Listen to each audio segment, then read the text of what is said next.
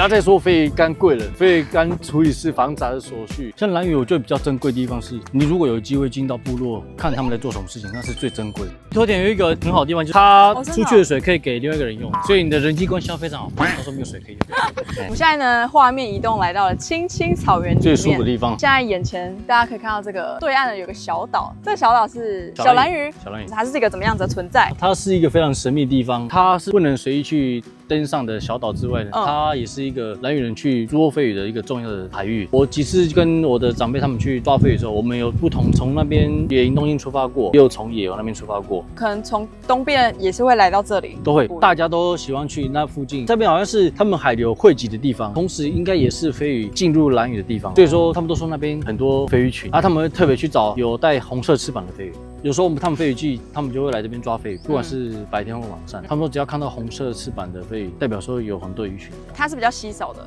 没有比较多的，所以会的只要看到有那种飞鱼出现，就知道说那个地方范围可能有飞鱼，那可以去下网。一开始的飞鱼季，它比较多迷信禁忌，就是可能说你杀的方向不对，或者是处理方式不好的话，那只飞鱼就报销，就要喂猪。所以这些禁忌大家还是非常相信，都非常相信。我觉得就是因为他们过去累积下来的生活经验，再就是说他们对于飞鱼的尊重，那一段期间都非常的小心翼翼做这些对待飞鱼的方式，给有经验的人去杀。新手的话，长辈都用骂的方式去跟你讲说你要怎么做啊。那每一只鱼对大家人都是很辛苦的去捕捞，大家除了要花时间花体力，还要有时间出去，对，而且还要再看海象。而且你不要以为抓飞鱼是很好玩的事情，那个是真的非常累。比如说今天一个船主开船出去，我带了5、6个人，如果没有收获的话，是一件非常不好的事情。我曾经就是跟我的二伯去抓飞鱼过，我们那时候大概有将近5个人，就抓到一条飞鱼哦，一条飞鱼而已，海这么大，怎么可能连一条鱼都没有？大海真的不可思议。想说我们都来了，应该至少会有10条。你5个人去，你只分那一条又不够吃，煮汤又没有味道，所以他就觉得很好笑。如果你来到兰屿，你要吃到飞鱼，你真的一定要真心的去把它吃完。因为真的每一条鱼对兰屿人来讲都是一个不容易的收获。不要再说飞鱼干贵了，飞鱼干处理是非常繁杂的手续。你不只是要曝晒，为什么以前会有阳台？主人会在那边闲着没事做，他们其实就是看天气看海。我觉得有一个很有趣是，我现在送信的时候，我看到天气不好，我都会帮人家收鱼。因为像我们邮局后面就是之前有人在晒那个鬼头刀嘛，结果下雨之后突然来的及时雨，结果他的爸爸儿子都不在，马上把他的鱼拿到他们家里挂着。爸爸跟儿子回来的时候就很欣慰说，怎么有人那么好帮我们收鱼？因为不管什么鱼都对他们来讲都是一个很珍惜的很珍贵的东西，所以说好不容易快晒干，然后突然又是淋到雨，又要再花时间，所以我就宁可多做那个东西，就是帮忙一下都可以，所以很有趣啊。在兰屿送信除此之外，你可以发现这些很细微、很有意义的事情。所以大家来到这里，如果有机会吃飞鱼炒饭啊，或其他深海鱼类，上帝的礼物，好好吃完。不容易，不容易。小兰屿附近的海域是我们兰屿族人很重要的一个捕鱼的场域，大家对它抱着一个敬畏之心。对啊，而且它这边的海流也非常的乱，也非常强。没想到呢，平常工作已经够繁忙的兰屿邮差休假的时候，不是好好在家放松，而是继续到芋头田里工作。接下来呢，我们就一起来看看到底是什么原因让它拥有如此丰盛的生命力。像兰屿，我觉得比较珍贵的地方是，你如果有机会进到部落看他们在做什么事情，那是最珍贵的。你才知道说兰屿的族人大多时候在做什么事情。那他们除了开垦之外，芋头田对他们来讲又是什么很重要的意义？这样子。那待会我会跟你们讲说，为什么兰屿一定要芋头田。大部分其他我去的原住民部落，传统作物都是以小米为主。小米为主吗？对，但是这边因为应该没办法种小米吧？小米有，以前兰屿有黑小米，但是量很少。然后我们的门一定是这种最简单的，用一个网子挡住，主要是因为怕会有野猪会进去吃芋头。哦。曾经就有一只野猪有经过这里过，可能是因为我的芋头还没长出来，所以它没有吃。去年底跟我岳母开垦的芋头田，我岳母说这一块芋头田对她来讲是一个很重要的地方，是因为这是阿公阿嬤留给她的，然后再就是她都没有机会去耕作，因为她都是在忙夜市做拍卖嘛，所以那时候这边都是荒地，那我们就2个人就联手把草除掉，整治一下，然后再就是把土翻过一遍。然后那时候我利用了1个周末吧，2天，我以为1天可以翻完，但是我发现说原来翻土没有那么容易。你真的有种过田吗？就是没有啊，我连在排湾族那边也没种过田，我只有跟过阿公他们去山上收成芋头、干芋头，但是水域就没有经历。而且兰屿为什么种水域，是因为好像他们以前习惯就是在有水源的地方，所以他们的芋头都用水去灌溉。为什么芋头跟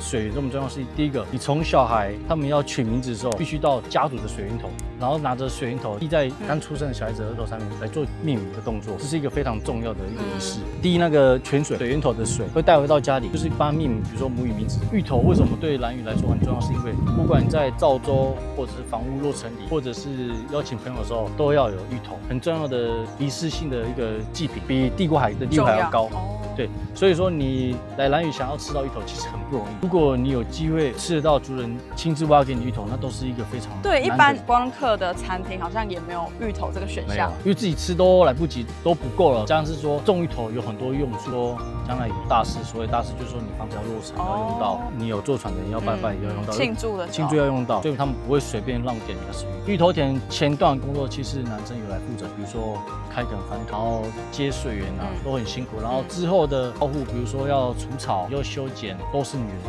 工作。啊，为什么我会很想要做这件事情，是因为我这几年参加部落的落成礼、杀猪拜拜，对，或者是房屋落成、新船落成，我看到有些族人还是一样会用兰屿的芋头，但是量没那么少。再就是兰屿的芋头长得其实没有想象中那么大颗，比起台湾的像什么香芋头、大甲芋头，那都是很大颗。那我就会觉得说，为什么大家都宁愿去买台湾的用兰屿芋头？然后我就觉得很可惜，而且兰屿的芋头在我们的文化当中是非常重要的角色，所以我想要去做这一块。将来如果你没有人在种芋头，或者是很少人在用兰屿的芋头的话，是不是我们都只能依赖台湾本岛的芋头？所以我就有意识到这个重要性，我就跟我岳母讲说，我们来一起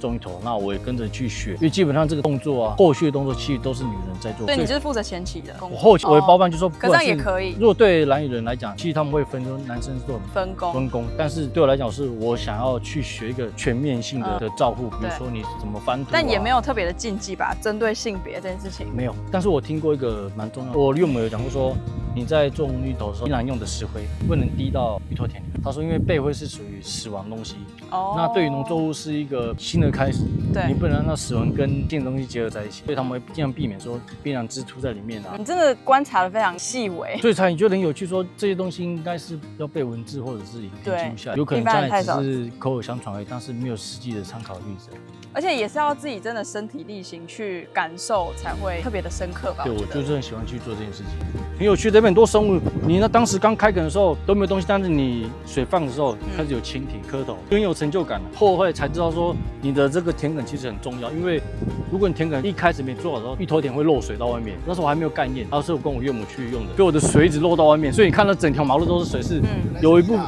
分是从这边漏出去的。那我现在站在这里，是不是应该要做点事，帮忙除个草？这种嘞，像这种的话，我会这样修掉而已，或者是这种垂到这边的，我是这样修掉。你找那个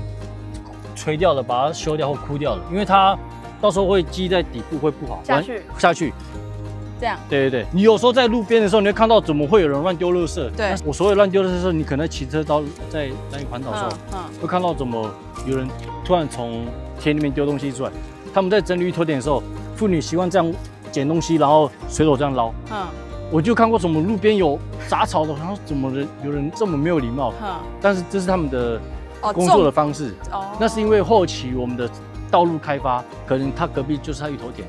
所以你会看到有些现象是这样，说怎么路边都是草。我拿来这把有没有看起来很厉害？而且我觉得这个背景应该蛮好看的，对不对？后面有山。在种芋头田的过程中，有没有什么是特别困难的？比如说什么虫害啊，或是一些天然灾害之类的？我稍微种快1年，我的经验是最难的就是遇到芋头田生病，芋头生病，因为我也搞不清楚说，因为我现在兰屿的种芋头方式是自然农法，就是没有施肥的，可是台湾好像有一些在种植芋头是有施做一些有机肥料，可是我之前就跟我岳母讨论过，说要不要我们做这种方式看看，就是可能施肥。他说不要，我兰屿没有人做过这样。他其实也怕说这样的实验成本太高，所以也不让我轻易尝试。所以大家几乎都是维持一个传统的，就是这样开垦翻土，然后水进来这样子。不晓得发生什么事情，其实我们想去问一些学者或专家说，到底他们是出什么问题，然后是不是水源的不干净，还是说兰屿的一些土壤的成分不适合他们这样。芋头田有一个很好的地方，就是他们的水啊都可以轮流接在一起使用。比如说一块田，它出去的水可以给另外一个人用。就低一点的。所以你的人际关系要非常好，到时候没有水可以用。然后兰屿你其实会很常看到这种东西叫扶桑花。嗯，那他们为什么会喜欢用扶桑花？是因为他们不管是在住家或者是他们的芋头田附近都喜欢种这种有明显的东西，是因为它可以代表是一个界限，再做一个区隔说这块地的哪个范围是我家这样。所以你看到族人喜欢种扶桑花，有这个用途，很漂亮。所以我后来才知道的。就是来到兰屿的东清这边做个结尾，这样、大家来到东清这边都可以看到很多的拼板舟在滩头上。在飞鱼季的时候，对，拼板舟是不能任何人去碰触的，然后都会停在滩头，因为那是飞鱼季最严谨的时候。所以说那时候他们男生都会在滩头看自己的船只有没有游客靠近之类，他们都会去喝阻说。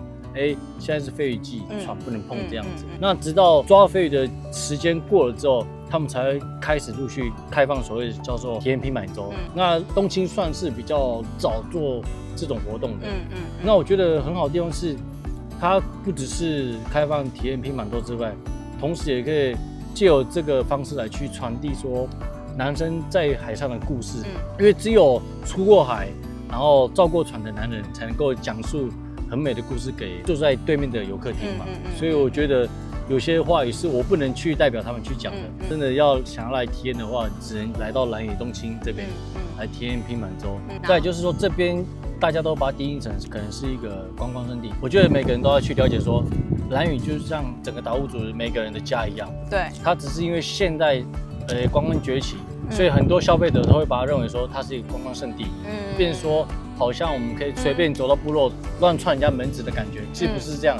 他们不管是每个道路、每个巷弄，其实都对他们来讲都是他们家的外面而已。所以来到这边玩都一定是要带着尊重的心来面对每一个事物。大家可能会觉得来到这边海岛就是很放松，然后就会忽略掉蛮多这些细节。想要可以比较深入的去了解每个地方不同的民俗风情，真的是要先尊重在地的族人这样。今天呢，我觉得非常荣幸，在你百忙之中，竟然还带我们去你的芋头田，非常感谢你精辟的介绍你视角看到的兰屿。因为我不想要只有带来像是娱乐性质的东西，